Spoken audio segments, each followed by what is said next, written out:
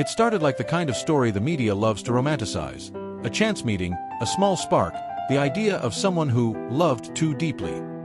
But this wasn't a love story. It was a story of obsession, fear, and the brutal reality of stalking in America. A reminder that obsession is not affection, and what society often calls passion can be the beginning of a nightmare. Clara, whose story reflects thousands of real victims across the U.S., lived a comfortable and ordinary life. She had a job she enjoyed, friends she trusted, and a steady relationship. Everything felt normal, safe. That changed the day she met a coworker we'll call Mark. He wasn't particularly memorable, confident, maybe a little self-important, but nothing that set off alarms. When he asked for her number to discuss work, she didn't hesitate. It was a harmless request, or so she thought.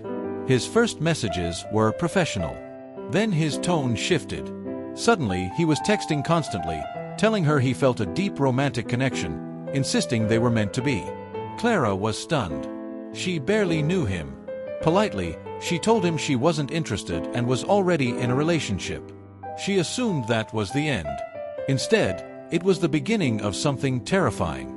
The messages escalated. The persistence became suffocating. Flowers arrived at her office. A package appeared at her home, an address she had never shared. What some might call sweet gestures were actually flashing red warnings, a stalker crossing boundaries to prove he could reach her anywhere. Clara began changing her routine. New routes home. No more quick coffee stops. Every unknown number went unanswered. But Mark's obsession only deepened. He began showing up wherever she went. He waited outside her building. He approached her friends, insisting she was unstable. He inserted himself into every corner of her life. Then came the night she will never forget. Clara returned home to find her front door slightly open. Nothing stolen. But on her pillow lay a single red rose. He had entered her home. Her safest place. Her sanctuary. The message was clear. Nowhere was safe. She went to the police, but without explicit threats, they said they couldn't do much. It's a heartbreaking reality for many victims. The fear is real, but the system waits for something worse to happen. Meanwhile, Mark's harassment escalated online. He created fake profiles, sent cruel, slanderous messages to her co-workers, tried to destroy her career. Clara stopped sleeping. Panic became her constant companion. The final breaking point came on a cold Tuesday night. A sound downstairs jolted her awake. She hid in her closet, trembling as she called 911. Then she heard it, her name, whispered in the dark.